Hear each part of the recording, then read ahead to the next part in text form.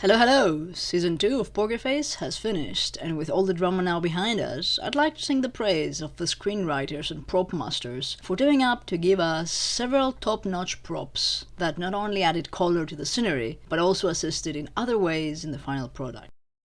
In episode 1, aka the one with the multiple Cynthia Rivas, we are plunged into the madness of 90s TV as quadruplet sisters starred in what appears to be a pretty ridiculous cap show that was nonetheless, as some of us may remember, not a far cry from actual 90s TV. As is eliciting several great stories about the show, the Kid Cap fan Charlie picks up this pointy award among a sea of similar awards. And this beauty has two roles to play. The first is to highlight the ludicrousness of the old TV show, and in consequence the impact it had on the sisters' lives. The award is the Latvian Critic Award for the Best Intergenerational Kiss, which, grimly, Kid Cap won 5 times in a row. I'm sorry. Its second job is to serve as a quiet, non-PC way of revealing the truth about the fact that first sister Amber was impersonating fifth sister Felicity, who had lost her foot and would therefore not bleed if her shoe was stabbed by a pointy Latvian Critics Award. Could the reveal have happened in a less messy way? Yeah, but why spoil the fun? In episode 2, probably one of the saddest episodes of the season, we get another excellent prop.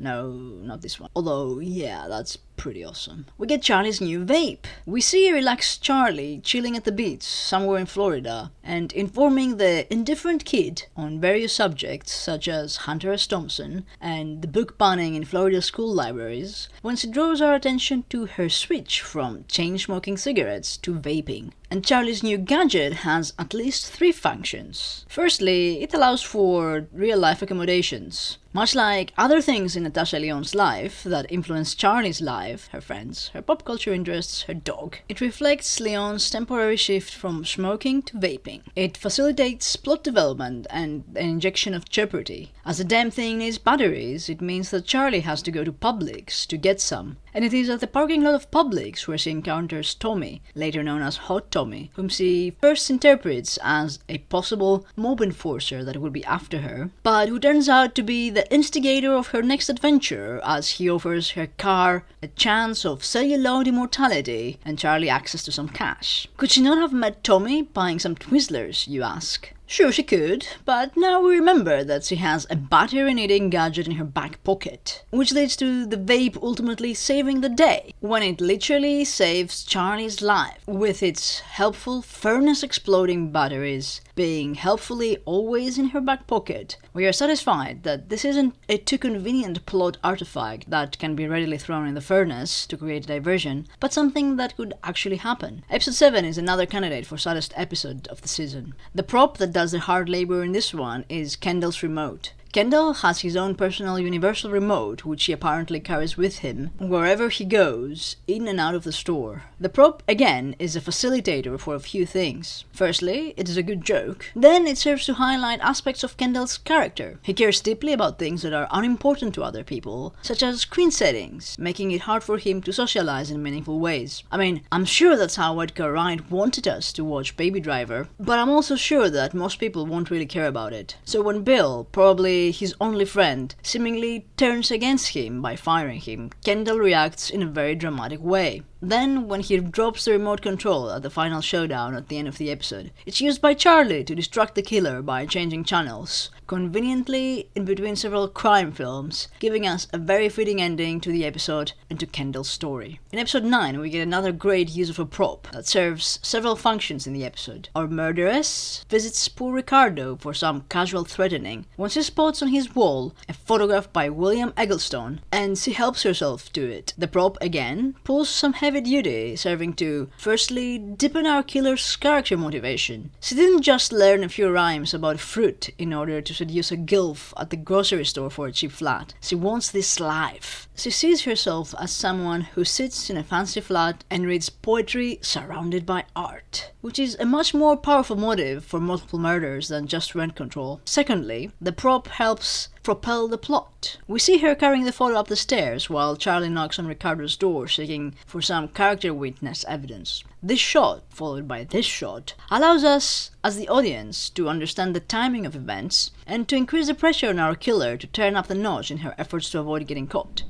At the same time, Charlie is unaware of her presence and the influence she might have on Ricardo. The absence of the frame on Ricardo's wall reminds him he shouldn't blab to Charlie, even when her questions turn persistent. He's literally saved by the bell, just as he's about to spill when the con woman triggers the alarm. Finally, the prop helps produce some cool visuals, as it is used by our killer con woman to pile on to poor Ricardo by cutting the photograph and placing it where he can see it, as if it was the head of a horse inside some bedsheets.